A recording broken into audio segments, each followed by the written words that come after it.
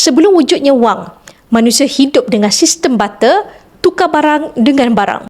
Tetapi sistem ini ada kelemahan. Jika anda ingin tukarkan ayam dengan beras, anda perlu cari orang yang betul-betul perlukan ayam dan ada beras sebagai balasan. Kemudian sekitar abad ke-7 sebelum Masihi, muncullah duit shilling logam pertama di dunia.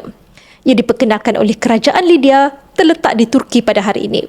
Raja mereka, Elietes, mengarahkan penghasilan shilling dari logam bernama elektrum yang merupakan campuran emas dan perak, dan shilling tersebut dikenali sebagai The Lydian Lion. Shilling ini bukan sahaja digunakan dalam perdagangan tetapi juga menjadi simbol kekuasaan dan kekayaan sesebuah kerajaan. Beberapa ratus tahun kemudian, Empire Parsi dan Greek memperkenalkan shilling emas mereka sendiri. Dalam peredaran zaman dan naik turun kerajaan, hanya satu logam kekal sebagai standard nilai selama ribuan tahun, iaitu emas.